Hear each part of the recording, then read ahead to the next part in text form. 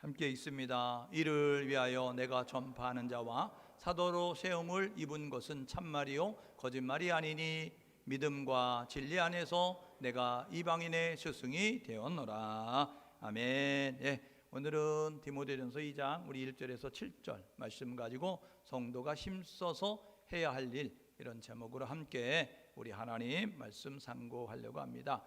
우리가 사도행전을 성령의 행전이다 라고 이야기합니다. 왜냐하면 성령이 임하시면서부터 시작된 일들을 기록하고 있기 때문에 그래요. 그래서 교회의 시작이 되어졌고 교회를 통하여서 전도가 이루어졌기 때문에 사도행전은 전도행전이다 라고도 이렇게 이야기하게 되어집니다. 사도행전은 28장으로 되어져 있는데 두 부분으로 나누죠. 1장에서 12장까지는 이제 성령이 임하면서 시작됐던 예루살렘 교회, 그 교회의 이제 지도자였던 베드로와 12사도, 그리고 그 교회의 성도들 7집사를 포함한 그 성도들을 통해서 이 예루살렘 교회가 있는 유대 지역에 유대인들에게 복음이 전달되는 그 일을 다루고 있게 되어집니다. 물론 사도행전 8장에 보게 되어지니까 핍박으로 인하여서 이 유대를 넘어 사마리아, 유대 땅이지만 이제 북쪽에 있는 그 사마리아 지역에 이 유대인들에게도 복음이 전달되는 그러한 일들이 있게 되어졌어요. 그런데 이방인 선교는 이 흩어진 사람들이 구브로, 안디옥 이런 곳에까지 가서 복음을 전하게 되어지는데 유대인에게만 전하였죠. 근데 헬라인 몇 사람이 들으면서 복음이 시작되어졌는데 이 수리아 지역에 있는 안디옥이라고 하는 곳에서 교회가 세워졌습니다. 그래서 사도행전 13장에 보니까 그들 가운데 이 바울과 바나바를 안수하여 세워서 선교사로 파송하는 최초의 선교사 파송이 사도행전 13장 1절에서 5절에 보게 되면 있게 되어져요. 그래서 이제는 복음 전도가 유대인을 넘어 이방인까지, 이방 지역까지 복음 전달되는 그 일을 행하게 되어집니다. 이때에 중추적인 역할을 감당한 사람이 바울이었습니다. 그의 이름은 원래는 사울이었는데, 그런데 이 바울의 그 이제 전의 모습은 그는 유대 교인이었습니다. 이스라엘 백성들은 태어나 보니까 하나님을 믿는, 우리는 하나님을 믿는 백성이야 라는 유대교를 이제 믿는 유대교인이었어요. 그런데 그들은 하나님께서 우리에게 메시아, 그리스도, 기름 부음 받은 자를 보내줄 거야 라는 모습을 가지고 있게 되어졌는데, 예수가 메시아로 이 땅 가운데 왔지만 유대교인들은 예수를 메시아로 인정하지 않아요. 왜냐하면 우리를 구원할 메시아라고 하면 그러면 시골뜨기 나사렛에서 태어나는 예수는 아닐 거야 라는 모습을 가져요. 목수의 아들로 태어나는 예수는 아닐 거야 라는 모습을 갖고 이 예수를 메시아로 인정하지 않습니다. 그래서 예수가 메시아야, 예수가 그리스도야, 예수가 구원자야 라고 이야기하는 기독교인들을 혐오해요. 기독교인들을 싫어합니다. 그 앞장섰던 사람이 누구냐면 사울이었어요. 그가 사도행전 9장에 체포 공문 가지고 다메섹으로 가다가 예수를 만나요. 그리고 난 다음에 그의 인생관과 가치관이 바뀌었습니다.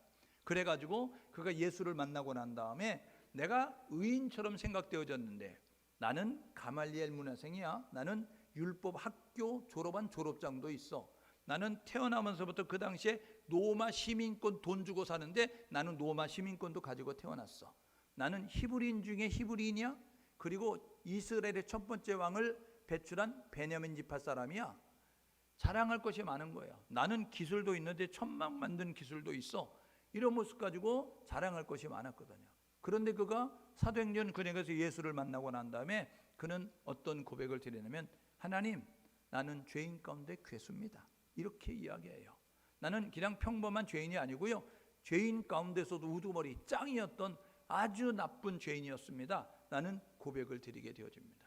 그래서 그가 고린도서 15장 31절에 나 되는 것은 하나님의 은혜로 된 거예요. 하나님, 죄인 된 나를 살려주셔서 감사합니다. 하나님, 감옥 갈 수밖에 없고 지옥 갈 수밖에 없는 나를 살려주셔서 감사합니다. 그래서 나는 일평생 복음 전하는 자가 되겠습니다. 복음 전도자가 돼요.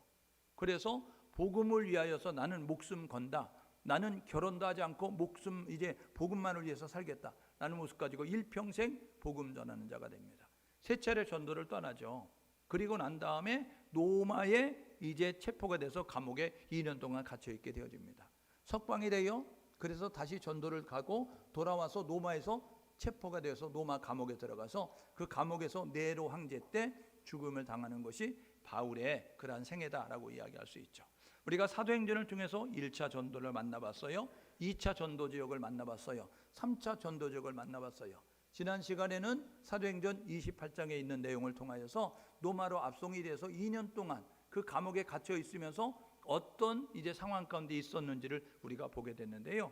이 감옥에 있으면서 그가 쓴 책이 4권이었다라고 이야기하죠. 그래서 이 감옥에서 편지를 썼기 때문에 그 옥중서신이다라고 이야기하는데, 에베소 지역에 세워져 있는 교회, 그래서 에베소서, 빌립보 지역에 세워지는 교회 빌립보서, 이제 골로새 지역에 세워지는 교회 골로새서, 그리고 이제 개인적으로 예수를 믿었던 빌레몬에게 쓰는 그런 빌레몬서, 이 4권을 옥중서신으로 기록하게 되어집니다. 그가 석방이 됐어요. 왜냐하면 이제 로마에 가서 심판받기 원해서 왔는데 고소한 사람이 예루살렘에서 안 오는 거예요. 2년 동안 가둬뒀는데 더 이상 그들이 고소한 사람이 오지 않으니까 재판이 성립이 안 돼서 로마 정부가 풀어주게 되어집니다. 그래서 로마 정부가 풀어줘서 2년 동안 가택 연금 상태에 있다가 풀어진 석방이 된 바울은 그가 이제 3차 전도 때 쓴 로마서에 이렇게 기록합니다. 나는 서바나로 가는 게 꿈이야. 나는 이 로마 서쪽에 있는 이 스페인 지역에 복음 전하는 게 꿈이야. 나는 기회만 있으면 거기 갈 거야. 나는 늙어서도 거기 갈 거야. 이런 모습을 가지고 있었거든요. 그런데 감옥에서 나왔어요. 그렇게 되어지니까 이 바울이 서바나 지역에 스페인 지역에 복음 전하는 그 전도 여정을 떠나게 되어집니다. 그러면서 돌아오는 길에 그레데 섬에 방도하게 됐을 때 그때에 동행했던 디도를 거기 남겨두게 됩니다. 이게 디도서 1장 5절에 이렇게 이야기해요. 디도야, 내가 너를 거기에 남겨둔 이유는, 이렇게 이야기하면서 디도를 남겨둔 이유를 이야기합니다. 그리고 에베소 지역에 있게 되어지는데, 에베소 지역을 가게 되는데 이 에베소 지역에 갔을 때 바울이 이렇게 디모데에게 이야기합니다. 디모데전서 1장 3절에 보니까 내가 너를 거기에 머물게 한 이유는, 이야기하면서 이 에베소에 디모데를 머물게 하면서 그곳에서 목회하도록 합니다.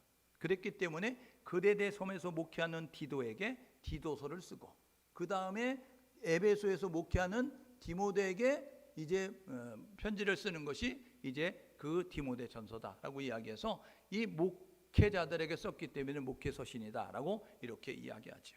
보십시오. 이 전도를 떠날 때 바울은 1차 전도, 2차 전도가 이게 로마예요, 여기가. 그런데 1차 전도, 2차 전도는 주로 여기에서 활동하게 되어졌습니다. 여기가 예루살렘이고요. 여기가 파송된 수리아 안디옥입니다. 그때 여기서 1차 전도는 배를 타고 구브로로 가서 이렇게 거쳐서 다시 돌아오는 여정. 2차는 육로로 거쳐서 갔다가 돌아오는 여정. 3차는 갔다가 다시 이제 예루살렘으로 오는 그러한 여정을 통해서 로마 동쪽에 있는 지역에 바울이 1차 전도, 2차 전도, 3차 전도를 하게 되어졌다는 거예요. 그런데 이 4차 전도는 다르다는 거죠. 보십시오. 여기가 로마 아니에요?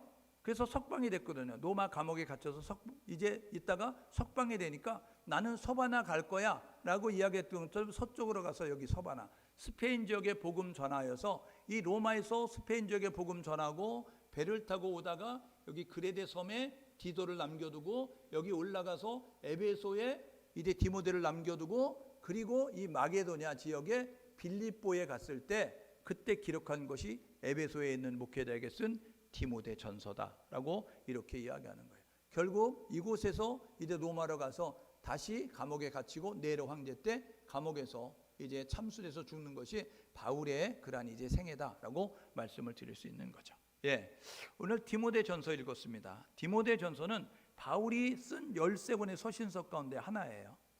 바울은요 교리 서신도 쓰고 옥중 서신도 쓰고 목회 서신도 쓰게 되어졌는데 이 목회 서신, 이 목회를 하고 있는 교회 지도자인 디도와 이 디모데에게 쓴 서신서가 있게 되어지는데, 이 디모데전서, 디도서, 디모데후서를 목회서신서라고 이야기하거든요. 그런데 이 목회서신 가운데 디모데에게 편지를 썼다는 거예요. 에베소에서 사역하는. 왜 기록을 했느냐? 디모데의 이제 전서를 왜 기록해서 보냈느냐? 이거는 에베소 교회가 든든히 세워지기 위하여, 에베소 교회가 성도들이 든든히 세워져서 건강한 신앙생활하기 위한 목적을 가지고 편지를 쓰게 됐다는 거예요. 그 당시에 에베소 교회와 성도가 어떤 상태였느냐? 다른 것 가르침을 쫓아가고 있었다는 거예요. 마치 갈라디아서에 보게 되니까 다른 복음을 쫓아가는 것처럼 다른 것 가르침을 쫓아가는, 그리고 신화와 족보를 따르고 있었다는 거예요. 신화는 그 당시의 문화가 이 헬라 문화거든요. 그러니까 이 헬라의 문화, 이제 그런 것들을 쫓아가는 모습 가지고 있었고, 족보, 이것은 유대인들이 이야기하는 그 족보를 따라서 예수 이해의 것들을 쫓아가는 모습을 가져서 결국 복음에서 이탈된 다른 복음을 쫓아가는 상황 가운데 있게 되어지니까 교회가 건강하지 않았다는 거예요. 성도들이 건강하지 않았다는 거예요. 그래서 교회가 건강하게 세워야 되니까, 그리고 이제 성도들이 건강하게 세워야 되니까 그 목적을 가지고 기록한 것이 디모데전서. 기록 장소는 마게도냐 빌립보에서 AD 62년에서 66년경 2차 체포돼서 로마 감옥에 들어가기 직전에 기록했을 것이다 라고 이렇게 이야기하는 거죠. 디모데 뜻은 무엇일까? 여러분 보시게 되면요, 디모데는요 하나님께 영광이란 뜻을 가지고 있습니다. 그러니까 저마다 이름이 있잖아요. 디모데는 하나님께 영광이란 뜻을 가지고 있어요. 그는 아버지가 헬라인입니다. 어머니가 유대인이에요. 그래서 아버지와 어머니가 다른 민족으로 결혼이 되어졌는데 그 사이에서 난 그러한 사람이 디모데였습니다. 그런데 이 디모데는 우리가 디모데전서 1장에서 만나는 것처럼 너의 어머니 유니게, 너의 할머니 로이스 이러면서 이야기하면서 너 안에 진짜 참 믿음이 있다라고 이렇게 이야기하거든요. 청결한 마음과 선한 마음과 그리고 이제 진실된 믿음이 있다라고 이야기하는 것처럼 이 디모데는 그런 모습을 가지고 있었거든요. 근데 바울이 2차 전도 때 이 루스라 더베 지역을 방문하게 되고 재방문하게 되었어요. 1차 때 그가 전도 지역을 갔었는데 마지막 전도 지역이 뭐냐면 비시디아, 이제 수리아 안디옥에서 떠나서 구브로 섬을 거쳐서 비시디아 안디옥으로 갔다가 그 다음에 이고니온 지역과 루스트라 더베라고 하는 곳을 방문했거든요. 그리고 다시 루스트라 더베에서 이고니온과 이제 비시디아 안디옥을 거쳐서 배 타고 다시 수리아 안디옥으로 건너왔거든요. 그래서 1차 지역이 루스트라 더베 지역을 갔었는데 이것을 2차 때 재방문하게 되어지거든요. 거기 가서 보게 되어지니까 예수 믿는 사람들이 있었는데 그 가운데 하나가 디모데였다는 거예요. 주의 제자가 되어지는 디모데를 보니까 젊은 청년인데 신실한 거예요. 젊은 청년인데 복음에 대하여서 그리고 이제 예배드리는 자세가 얼마나 이제 열정적인지 모르는 거예요. 그래서 바울이 선교 가는데 같이 갈래? 라고 이야기하니까 네 갈게요 하고 따라 나서게 되어져요. 그래서 사도행전 16장 2절 이하에 보게 되어지니까 이가 아버지가 헬라인이기 때문에 난지 8일 만에 할례를 행하지 않았어요. 그래서 유대인들에게 할례를 행하지 않아서 복음에 걸림이 될까 할례를 행하고, 그래서 2차 전도 때부터 바울의 전도를 따라다니기 시작했습니다. 3차 전도가지요. 그 다음에 로마 감옥에 있죠. 그리고 서바나 전역으로 가는 이 전도를 따라다니면서 10여 년 넘게 쫓아다니면서 이제 복음을 전하는 헌신하는 모습을 갖고 결국 바울의 동역자가 되어집니다. 바울은요 이 디모데를 아들처럼 여겼어요. 디모데를 아들처럼 여겨서 우리가 디모데전서에 보게 되니까 나의 참아들 디모데 이렇게 이야기하고, 디도에게도 나의 아들 디모데라고 이야기하면서 이 디도를 아들처럼 여기고 디모데를 아들처럼 여기면서 복음의 동역자로, 그래서 하나님의 복음을 전하는 그 일에 함께 동역할 수 있는 일꾼으로 세우고, 또 그들에게 또 교회를 책임지고 치리할 수 있는 모습을 가질 수 있도록 파송도 하고 또 그들에게 권면도 하는 그런 내용을 우리가 보게 되는 거죠. 오늘 본문에 보게 되어지니까 이 바울이 지금 디모데에게 편지를 쓰면서 이야기하는 거예요. 야, 힘써서 해야 할 일이 있어 라고 이야기하는 겁니다. 여러분들도 지금 힘써서 하고 있는 일들이 계시죠? 무슨 일에 힘써서 하고 계신지 여러분 자신을 잘 돌아보십시오. 어떤 사람은 돈을 벌기 위해서 힘써서 일하는 사람이 있습니다. 어떤 사람은요 이제 승진하기 위해서 힘써서 이제 일하는 사람들이 있어요. 어떤 사람은요 명예를 위하여서, 인기를 위해서 힘써서 일하는 사람들이 있어요. 어떤 사람은요 건강을 위해서 힘써서 열심히 운동하는 사람이 있어요. 여러분 무엇에 힘을 쓰고 계신지 돌아보시면서 여러분 일시적인, 여러분 한시적인, 여러분 불타 없어질, 여러분 육신의 것들, 땅의 것들에 힘쓰지 말고 영원한 것들에, 하나님이 기뻐하는 것들에 힘쓸 수 있는 우리 모두가 될 수 있기를 주님의 이름으로 축복합니다. 여러분, 이 바울이 지금 디모데에게 편지를 쓰면서 야, 너 힘써야 돼. 너 힘써서 해야 될 일이 있어 라고 이야기합니다. 첫 번째 힘써서 해야 될 일이 뭐냐?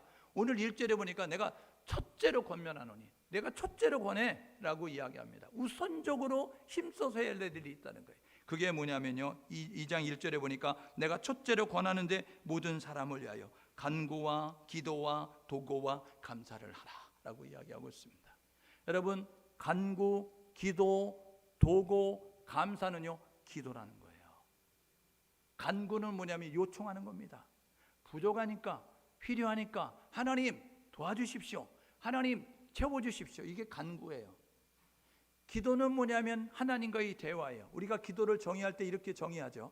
기도가 뭔가? 기도란 이야기하면 기도는 영혼의 호흡입니다.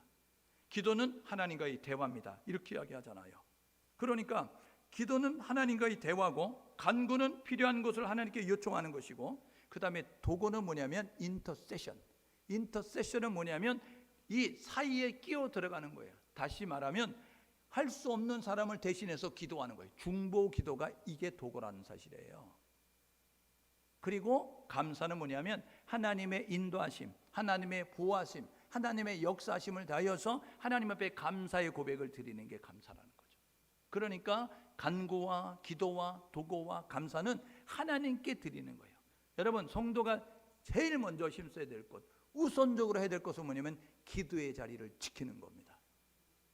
믿음의 성도들은요, 기도보다 우선되는 것이 없다는 사실을 기억하셔서 먼저 기도하는 우리 모두 될 수 있기를 주님의 이름으로 축복합니다. 우리가 복음성가 부르는 가사 가운데 있어요. 오늘 집을 나서기 전 기도했나요? 여러분, 기도는요 일하고 난 다음에도 기도할 수 있어요. 일하면서 중간중간 기도할 수 있어요. 근데 하나님이 가장 기뻐하는 것은 뭐냐면 일을 하고 나서 기도하는 것보다, 일을 하면서 기도하는 것보다 일을 하기 전에 기도하는 걸 하나님이 더 기뻐한다는 사실이에요. 여러분, 오늘 본문에 보게 되어지니까 먼저 기도에 힘써 라고 이렇게 이야기하고 있는 것입니다. 우리 한국교회가 해야 될 일은 기도에 힘쓰는 거예요. 우리 한국교회 성도들이 할 일은 기도에 힘쓰는 모습을 가져야 되는데, 안타깝게도 기도의 불이 가물가물 꺼져간다는 겁니다. 안타깝게도 우리 성도들이 기도의 자리를 지키지 않는다는 거예요. 형식과 외식으로 적당히 체면 치료를 하는 정도의 기도의 모습을 가지고 있다는 거예요.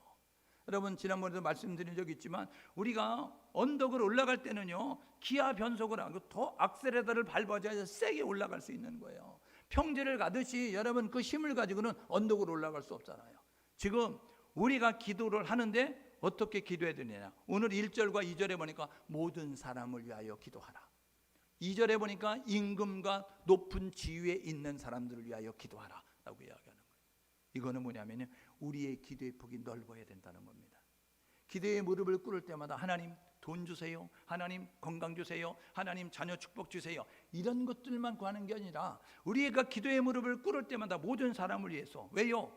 모든 사람은 다 하나님이 이제 나중에 보지만 하나님의 소원이 있다니까요. 모든 사람이 구원받는 게 하나님의 소원이에요. 그러니까 이 모든 사람을 위해서, 구원을 위해서 우리가 하나님 앞에 기도하는 모습을 가져야 돼요. 도고, 중보기도, 여러분 그것이 우리 가운데 있어야 된다는 거예요. 기도의 무릎을 꿇을 때마다 예수를 모르고 세상에서 방황하고 예수를 모르고 세상에서 천년 만년 살 것처럼 올인하고 살아가는 사람들을 바라보면서 안타까움을 가지고 눈물 흘리면서 하나님 앞에 기도하는 모습이 우리 가운데 있어야 된다는 거예요. 오늘 2절에 보십시오. 임금을 위해서 기도하라. 그 당시에 임금은 누구냐면 로마의 네로 황제입니다. 여러분, 로마 네로 황제가 어떤 모습을 가지고 있었어요? 그는요 기독교를 박해하는 사람입니다. 그런데 지금 이야기하는, 야, 너 임금들을 위해서 기도해 라고 이야기하는 거예요. 이것은 뭐냐면요, 여러분 그 지도자들을 위해서 기도하라는 거예요.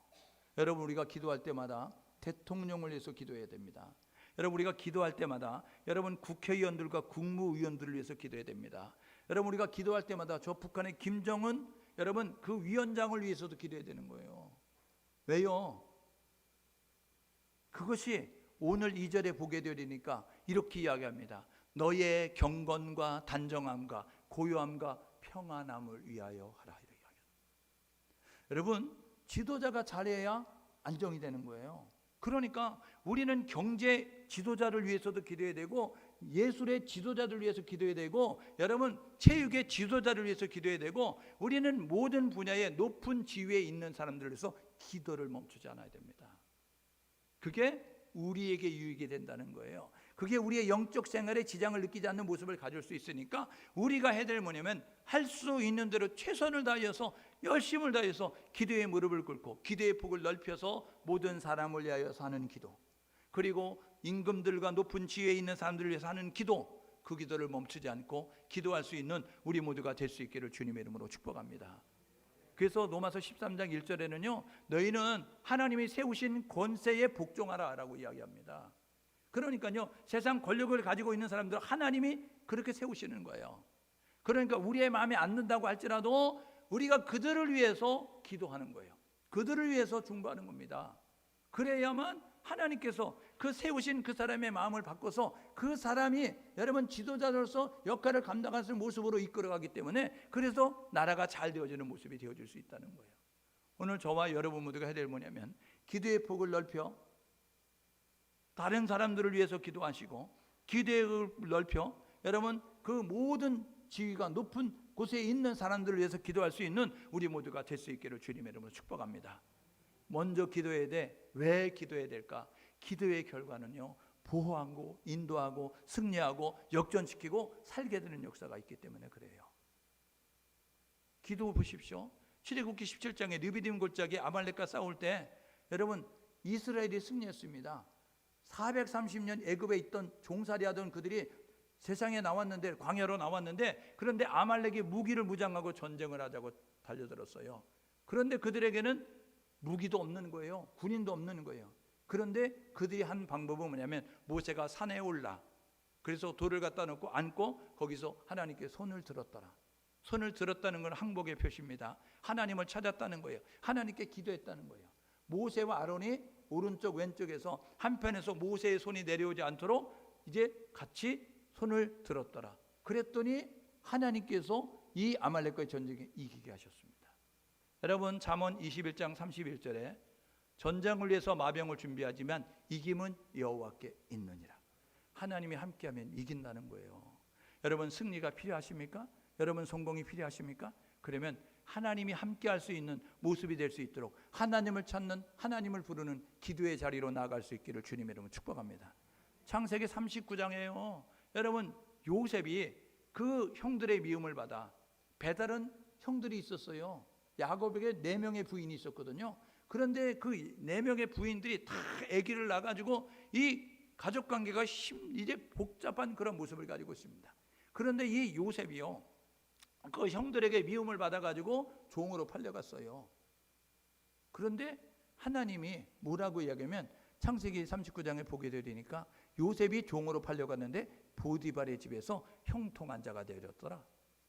그런데 보디발의 아내가 또 유혹을 해가지고 그래가지고 누멍을 뒤집어 쓰고 나를 성추행했다. 그래가지고 주인에게 고자질함으로 말미암아 그래서 이제 그 왕의 신하들이 갇히는 감옥에 들어갔습니다. 인생이 자유인에서 노예가 됐어요. 노예에서 죄인이 됐습니다. 완전히 인생 꼬여가지고 이제는 재기불능처럼 완전히 끝난 것처럼 보여졌어요. 그런데요 거기서 뭐라 그러면 창세기 39장에 하나님께서 보디발의 집에 간 요셉과 함께함으로 형통한 자가 됐던 것처럼 이 요셉이 감옥에 들어갔는데도 하나님이 함께하심으로 형통한 자가 되어졌더라. 여러분 형통은 영어로 success입니다. 여러분 이 success는 뭐냐면 성공하는 자, 승리하는 자가 되는 거예요. 하나님이 함께하면, 언제? 기도할 때 하나님이 함께하신다는 사실을 기억하셔서, 기도가 여러분 성공이 필요한 사람, 승리가 필요한 사람은 기도하셔서 승리를 경험하시고 성공을 경험할 수 있기를 주님의 이름으로 축복합니다. 주님의 인도가 필요하십니까? 주님의 보함이 필요하십니까? 기도하십시오. 사람이 할 수 있는 것 하나님은 하실 수 있다니까요. 여러분 그래서요 우리가 가지고 있는 성경 마가복음 10장 27절에 뭐라고 이야기합니까? 사람으로는 할 수 없는데 하나님으로는 다 하실 수 있느니라 라고 이야기하잖아요. 마가복음 9장에는요 왜 예수님 왜 우리들은 안 나타났죠? 제자들이 이렇게 물어볼 때 기도 외에는 이런 능력이 나가지 않느니라. 여러분 기도 외에는 이런 이제 능력을 행할 수 없다라고 이야기하면서 기도를 강조했다는 사실을 기억하셔서 먼저 저와 여러분 모두가 기도에 깨어있는 우리 모두 될 수 있기를 주님의 이름으로 축복합니다. 기도하는 성도가 되어야 됩니다. 기도하는 교회가 돼야 되는 거예요. 문제는 뭐냐면 기도 안 하는데 문제가 있는 것이고 기도를 멈추는 데 있는 거예요. 기도는 영혼의 호흡이 끊어지면 죽었다고 이야기합니다. 기도하지 않으면 죽은 거예요. 여러분, 그 원시 사회 때 이 짐승이 들어오지 못하도록 하기 위한 방법이 뭐냐면 불 피워놓는 거예요. 불 꺼지면 맹수가 들어오는 거예요. 여러분, 교회도 기도하는 교회는요, 사단이 들어올 수가 없습니다. 그런데 여러분, 기도하지 않는 교회는요, 여러분, 기도의 불이 꺼진 교회는요, 사단이 운동장입니다. 그래서 사단이 들어와서 기도하지 않는 목사를, 교육자들을 통해서 교회를 휘젓게 되어지고, 기도하지 않는 장로와 중직자들을 통해서 휘저어서 교회를 어지럽게 만들고, 그래서 교회가요, 이게 교회가 아닌, 교회가 세상 사람들이 볼 때 걱정할 수밖에 없는 그러한 단체가 되는 것은 기도가 사라졌기 때문에 그렇습니다. 오늘 저와 여러분 모두가 해야 될 뭐냐면 기도에 깨어있는 성도가 될 수 있기를 주님의 이름으로 축복합니다. 두 번째로 힘써야 될 일이 있습니다. 오늘 4절에 보게 되니까 하나님의 소원은 무엇인가를 이야기하는데 두 가지죠. 모든 사람이 구원받는 것이요, 진리를 아는데 이르르길 원하는 것이 하나님의 소원이라고요. 우리가 힘써야 될 일이, 교회가 힘써야 될 일은 하나님의 소원을 이루기 위해서 열심을 다하는 모습을 가져야 되는 거예요. 그런데 교회가 어때요? 엉뚱한 일에 힘쓰는 거잖아요. 예? 교회가요, 건물을 짓는데, 교회가요, 사회사업 하는데 필요하지요. 그런데 중요한 것은 뭐냐면요, 하나님은 모든 사람이 구원받기를 원하시는 거예요. 구원은 어떻게 받아요? 여러분, 구원은 건진받는 거예요. 구원이란 건진받는 거. 어디서? 수렁에서 건진받듯이 죄에서 건진받는 거, 저주에서 건진받는 거, 죽음에서 건진받는 걸 구원이라고 한다고요. 인간의 불행이 왜 시작됐어요? 왜 불행이 찾아왔느냐면 하나님 말씀에 불순종하면서, 그러면서 인간의 불행은 시작됐어요. 죄가 들어오면서부터 인간은 불행해지기 시작했다고요. 그런데 이 죄를 해결할 능력은 우리에겐 없다는 거예요. 그래서 이 죄 문제를 해결하기 위해서 하나님이 구원의 사역을 펼치게 되어졌어요. 그게 뭐냐면 예수를 통한 구원의 사역을 시작하게 되어졌다는 거예요. 여러분 보십시오. 성경은요, 로마서 3장 10절에 이렇게 이야기합니다. 의인은 없나니 하나도 없어, 이렇게 이야기합니다. 로마서 3장 23절에 이렇게 이야기합니다. 모든 사람이 죄를 범하였음에 하나님의 영광에 이르지 못하더니 라고 이야기합니다.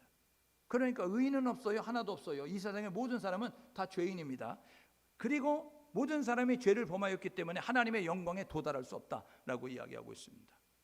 여러분, 이 세상에 죄 지으면 어디 갑니까? 죄 지은 사람들 가둬두니까 감옥입니다. 그러니까 우리가 이 세상을 살아가면서 죄 문제 해결하지 않죠? 그리고 이 세상을 떠나죠? 그러면 죄 지은 사람 감옥 가듯이 죄 지은 사람 지옥 가는 겁니다. 그래서 우리가 이 죄 문제 해결하기 위해서 보내신 예수 그리스도, 그분이 우리 가운데 필요하다는 사실이에요. 그래서 모든 사람이 구원에 필요한 존재, 구원이 필요한 존재이고, 구원을 위해서는 예수 그리스도가 필수다. 예수 그리스도가 있어야 된다라는 거예요. 왜요? 성경은 이야기합니다. 로마서 10장 13절에 누구든지, 남자든지 여자든지, 동양 사람이든지 서양 사람이든지, 어른이든지 아이든지, 건강한 사람이든지 가난한 사람이든지, 배운 사람이든지 못 배운 사람이든지, 병든 자든지, 누구든지 주의 이름 부르면 구원받는다. 예수의 이름 부르면 구원받아요. 사도행전 16장 31절에 빌립보 감옥의 간수장, 그 간수장의 가족들을 모아놓고 우리 어떻게 돼요? 물어보게 됐을 때 주 예수를 믿으라, 그리하면 너와 내 집이 구원을 받으리니. 여러분, 예수 믿으라고 이야기하고 있는 거예요. 예수 부르면 구원받습니다. 예수 믿으면 구원받습니다. 그런데 예수를 모르잖아요. 예수를 부르지 않잖아요. 그래서 우리가 예수를 부를 수 있도록 전달함이, 예수를 믿을 수 있도록 예수를 전달함이 우리 가운데 있어야 돼요. 마가복음 16장 15절에 이렇게 이야기하죠. 너희는 온 천하에 다니며 만민에게 복음을 전파하라. 너희는 사방팔방으로 다니면서 만나는 사람들에게 예수를 증거하라는 거예요. 그래서 듣고 예수를 믿으세요, 예수를 부르세요. 그 소리를 듣고 믿는 자는 구원받을 것이고, 듣고 믿지 아니하는 자는 정죄를 받으리니 라고 이야기하는 거예요. 구원받는다는 건 천국 간다는 것이고, 정죄받는다는 건 지옥 간다는 겁니다. 여러분, 이 세상에 다 이 세상을 떠나게 되거든요. 히브리서 9장 27절에 사람이 났다 죽는 건 정한 것. 부자도 죽습니다. 재벌도 죽어요. 여러분, 정치가도 죽어요. 여러분, 지식인도 죽어요. 건강을 유지하는 건강한 사람도 다 죽는다고요. 사람이 낳다 죽는 건 정한 것이에요. 그런데 죽음으로 끝나냐? 히브리서 9장 27절 사람이 낳다 죽는 건 정한 것, 그 위에는 심판이 있다는 거예요. 갈린다는 거예요. 살아있는 동안에 믿었니? 믿지 않았니? 예수 불렀니? 부르지 않았니? 이것에 따라 우리가 가야 할 길이 다르다는 사실입니다. 하나님은요, 우리에게 소원을 가지고 계십니다. 모든 사람이 구원받기를 원하신다는 거예요. 여러분, 저와 여러분 모두가 예수를 힘써서 전할 수 있는 우리 모두가 될 수 있기를 주님의 이름으로 축복합니다. 그러면 이 구원의 종류는요, 세 종류가 있죠. 과거적 구원과 현재적 구원과 미래적 구원이 있습니다. 건진받는 거예요. 과거적 구원은 위치가 바뀌는 거예요. 전에 사탄의 자녀에서 하나님의 자녀가 되는 것. 전에 저주 아래에 있는데 축복 아래로 가는 것. 전에는 사망의 아래에 있었는데 이제는 생명의 그런 자리로 옮겨가는 위치적 구원. 미래적 구원은 죽어 천국 가는 겁니다. 그러니까 다 죽는데 우리가 천국 가는 거거든요. 그래서 디모데후서 4장 18절에 보게 되니까 하나님께서 우리 천국 들어가시도록 이제 구원하신다라고 이야기하는 거예요. 그런 현재적 구원이 있습니다. 현재적 구원은 뭐냐면 오늘 삶의 현장에서 하나님이 건지시는 것을 경험해야 된다는 거예요. 이게 체험적 경험이고 경험적 구원이래요. 보십시오. 시편 50편 15절에 환난 날에 나를 불러 내가 너를 건질 거야, 이렇게 이야기합니다. 하나님께서 여러분의 삶의 현장에서 막힌 문제가 있습니까? 메인 것이 있습니까? 부족함이 있습니까? 세상이 안 되는 그러한 이제 문제들이 직면했어요. 그렇다고 한다면 여러분들이 환난 날에 나를 불러, 하나님 말씀하셨으니 이 시편 50편 15절의 말씀 들이대면서 하나님 앞에 이렇게 기도합니다. 하나님, 나를 불러 내가 너를 건지리니. 하나님 건지신다며요. 하나님 뚫으신다며요. 하나님 푸신다며요. 하나님 해결하신다며요. 하나님 환난 날에 하나님 부르면 건지신다고 말씀. 건지세요 라는 모습 가지고 말씀 걸고 기도할 수 있는 우리 모두가 될 수 있기를 주님의 이름으로 축복합니다. 한번 해결되면, 한번 경험하게 되면 그 다음에 문제가 있을 때마다 하나님 찾아가는 건 쉬워요. 경험되지 않으면요, 문제를 만나면 사람 찾아갑니다. 누가 이 문제를 해결할 수 있는 사람이 없나? 누가 이 해결할 능력이 있는, 돈을 가지고 있나? 권력을 가지고 있나? 뭐 지식을 가지고 있나? 그래서 사람 찾아다닌다고요. 그런데 하나님 앞에 환난 날에 하나님 불러서 해결되는 일을 경험하게 되면 문제를 만날 때마다 하나님께 찾아갑니다. 사람은요 공짜가 없습니다. 사람은요 해주고 나면요 반드시 반대급부를 생각하고 있어요. 그래서 그거 안 해주면 섭섭하다고 한다고요. 내가 너 때 은혜 베풀었는데 너 이러냐? 이러면 우리 하나님은요 절대로 그런 거 가지고 공치 사는 분이 아니라는 사실을 가셔서 사람 찾아가서 구체해지고 비참해지지 말고 저와 여러분 모두가 힘들고 어려울 때마다 하나님께 나아가서 구원하시는 하나님을 경험할 수 있는 우리 모두 될 수 있기를 주님의 이름으로 축복합니다. 여러분, 하나님의 소원 두 번째는 진리를 아는 데 이르는 거예요. 진리가 뭡니까? 요한복음 14장에 보니까 요한복음에 예수님은 자기 선언하셨어요. 나는 생명의 떡이야. 나는 부활이야. 그런데 예수님께서 요한복음 14장 6절에 이렇게 이야기합니다. 나는 길이고 진리고 생명이야. 여러분, 진리가 무엇이냐고요? 진리는 예수 그리스도예요. 하나님이 디모데전서 2장 4절에 보게 되니까 하나님은 모든 사람이 구원받기를 원하시고 그리고 모든 사람이 진리를 아는 데 이르기를 원한다. 이거는 예수를 아는 데 이르기를 원하는 거예요. 예수를 경험하기 원하는 겁니다. 안다는 건 지식적으로 아는 게 아니고요. 경험한다는 거예요. 체험한다는 거예요. 그 지식으로 아는 것은요. 아는 게 아니에요. 경험해서 실제적으로 아는 것이죠. 그러니까 보십시오. 이 예수님은요. 요한복음 1장 1절에 태초에 말씀이 계시니라. 이 말씀이 하나님과 함께 하셨으니 이 말씀은 그걸 하나님이시라. 여러분, 말씀이 하나님과 함께 하셨는데 말씀이 하나님이래요. 이거 이상하잖아요.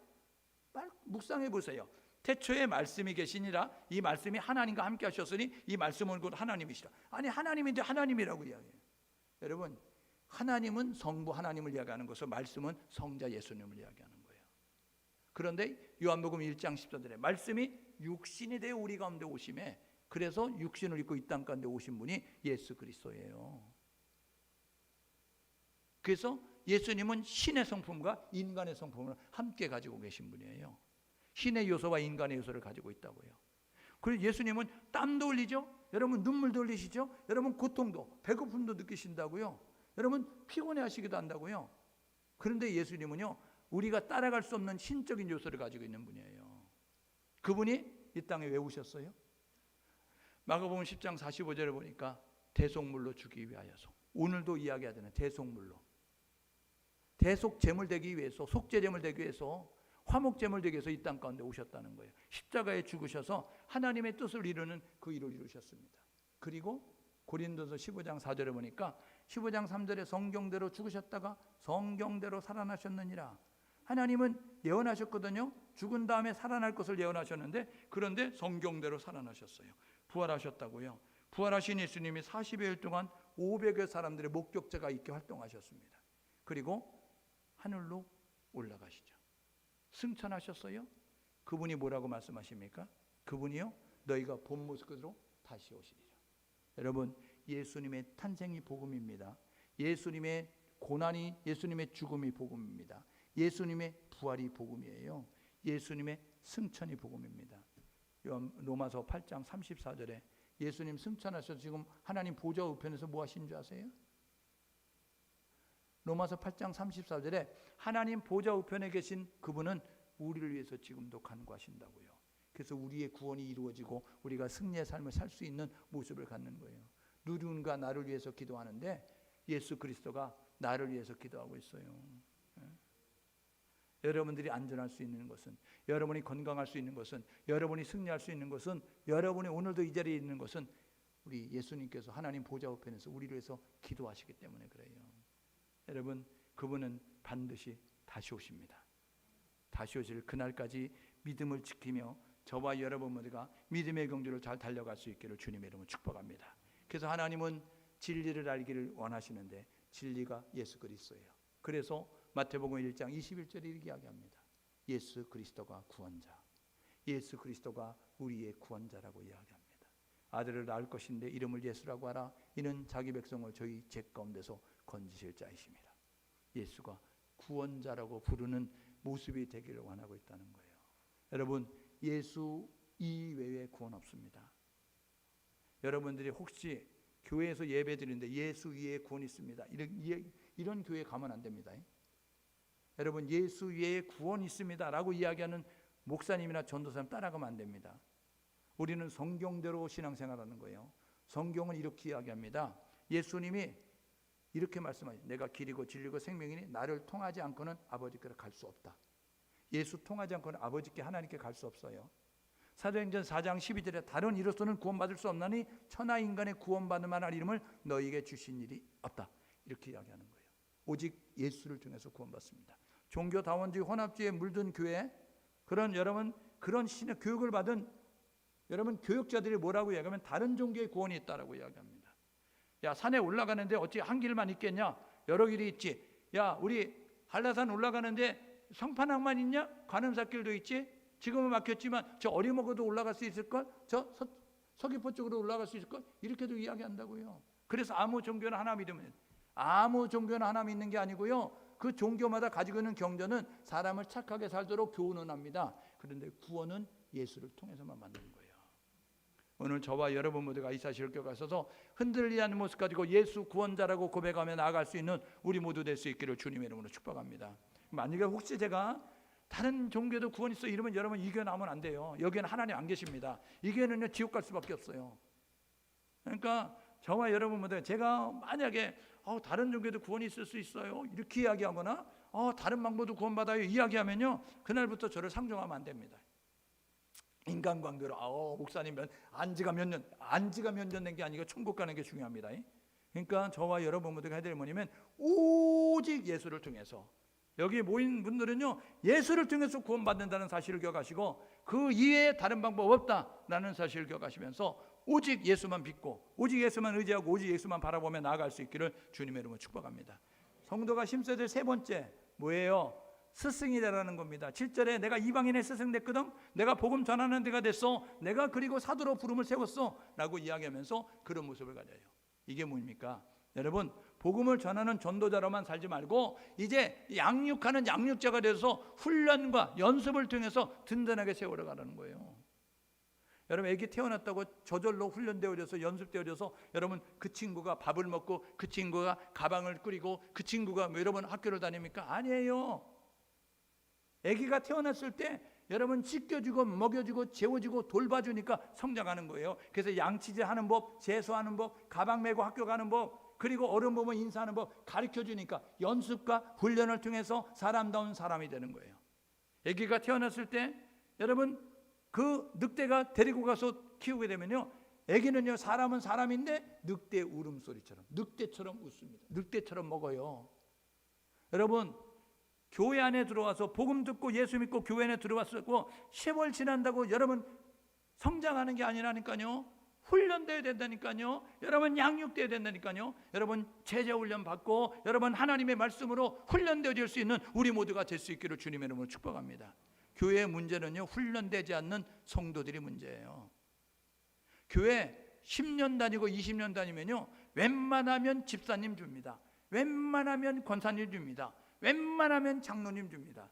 그래서 교회는 다녔는데 10년, 20년, 30년 다녔는데 성경 한 번도 안 읽어보고 그리고 말씀도 교육도 안 되어진 모습을 가진 사람들이 사회에 여러분 지식이 있다고 사회에 지위가 있다고 여러분 그래서 그냥 직분을 주면 그런 분들이 교회를 힘들게 만드는 거예요. 내가 볼 때는 내가 생각할 때는 하나님의 일을 영적인 일을 내가 볼 때는 내가 생각할 세상의 기준으로 끌어내리기 때문에 하나님의 일이 어려워지는 모습을 갖게 되는 거죠.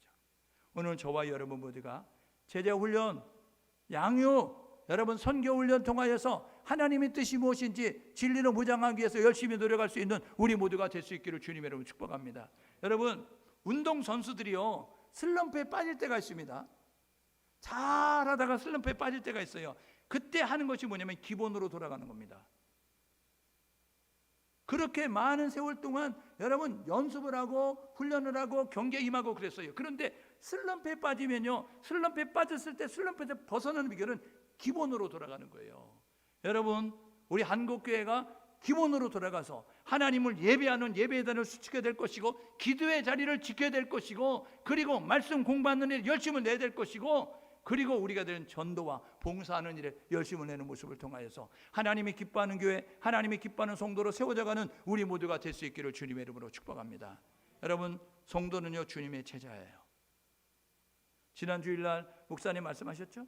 뭐라고 이야기했어요? 내가 너희를 사랑하고도 너희가 서로 사랑하라. 그러면 모든 사람이 너희가 내 제자인 줄 알리라. 여러분 우리가 주님의 제자예요 말한다고 그들이 제자라고 인정해 주는 것이 아니라 우리가 삶을 살아갈 때 그들이 제자라고 인정해 주는 거예요. 내가 교회 다녀요 라고 해서 그들이 교회 다닌다고 인정해 주는 것이 아니라 우리의 삶이 우리의 생활이 내가 교회 다니는 사람처럼 모범적인 모습을 가지고 감사하고 긍정적이고 그리고 격려하고 축복하고 양보하고 희생하고 그럴 때에 그들은 교회 다니는 사람이야. 예수 믿는 사람이야. 이렇게 이야기하는 거예요. 오늘 저와 여러분 모두가 입술이 아닌 생활로 삶으로 하나님을 증명할 수 있는 우리 모두가 될 수 있기를 주님의 이름으로 축복합니다. 이렇게 결단하고 사시자고요. 내가 누구인 줄 아십시오. 죄인이에요. 죄인. 지옥 갈 수밖에 없는 죄인. 그런데 하나님의 은혜로 우리가 살게 됐어요. 여러분 내가 누구인지를 깨닫고 하나님의 은혜로 지금 이 자리에 있다고 한다면 은혜에 보답하기 위해서 내가 뭘 해야 될까? 하나님은 모든 사람이 구원받기를 원하십니다. 하나님은 모든 사람이 예수를 알고 부르기를 원하신다고요. 저와 여러분 모두가 하나님이 원하시는 기뻐하는 일을 감당하기 위해서 주님의 제자가 되어지고 예수의 증인이 돼서 삶으로 저와 여러분 모두가 그렇게 살아가는 우리 모두 될 수 있기를 주님의 이름으로 축복합니다. 이 시간 우리 함께 마음을 모두 기도하기 원하는데요. 하나님, 내가 힘쓰는 일이 있었습니다. 내가 관심을 갖고 내가 집중하고 내가 애착을 갖고 열심히 하는 일이 있었습니다. 그게 하나님이 기뻐하는 일이어야 되는데 하나님이 기뻐하지 않는 일이었다고 한다면 그것을 회개하십시오. 그리고 하나님이 기뻐하는 일을 감당하겠습니다. 하나님이 기뻐하는 일을 행하겠습니다. 라는 모습 가지고 결단하면서 회개와 결단의 기도 우리 함께 마음을 모두 하나님 앞에 기도하겠습니다. 하나님 아버지 은혜를 감사합니다. 오늘도 우리를 불러주셔서 감사하고요. 주의 말씀을 통하여서 우리가 어떻게 살아야 되는지를 보여주시니 하나님 진심으로 감사합니다. 바라고 소원하옵기는 하나님 먼저 저희들이 부름받은 하나님의 자녀임을 깨닫게 도와주시고 세상에서 구별되어 세워진 성도임을 깨닫게 도와주셔서 하나님 힘써서 해야 될 일이 무엇인가를 깨닫고 그 일을 잘 감당해